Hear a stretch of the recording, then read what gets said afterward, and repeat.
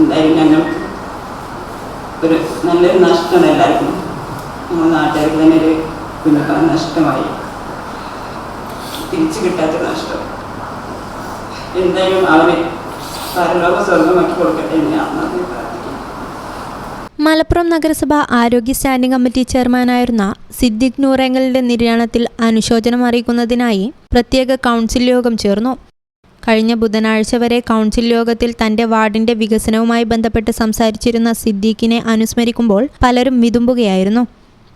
സിദ്ദീഖിന്റെ മരണം അപ്രതീക്ഷിതമാണെന്നും കഴിഞ്ഞ ദിവസം താൻ പോകുകയാണെന്ന് പറഞ്ഞത് മരണത്തിലേക്കാണെന്ന് വിശ്വസിക്കാനാവുന്നില്ലെന്നും യോഗത്തിൽ സംസാരിച്ചവർ പറഞ്ഞു.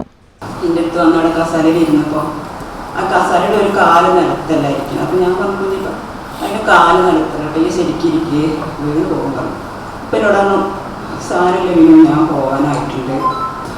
എന്തായാലും ഞങ്ങൾക്ക് ഒരു നല്ലൊരു നഷ്ടമാണ് എല്ലാവർക്കും. നമ്മുടെ നാട്ടുകാർക്ക് തന്നെ ഒരു നഷ്ടമായി, തിരിച്ചു കിട്ടാത്തൊരു നഷ്ടം. എന്തായാലും അവർ പരലോക സ്വർഗമാക്കി കൊടുക്കട്ടെ എന്ന് ഞാൻ പ്രാർത്ഥിക്കുന്നു. യോഗത്തിൽ ചെയർമാൻ മുജീബ് കാടേരി അധ്യക്ഷനായി. P K Zakir Hussain, P K Abdul Hakeem, Sahadevan, C Suresh master, Sabeer PSA തുടങ്ങിയവർ ചടങ്ങിൽ സംസാരിച്ചു. News bureau, Malappuram.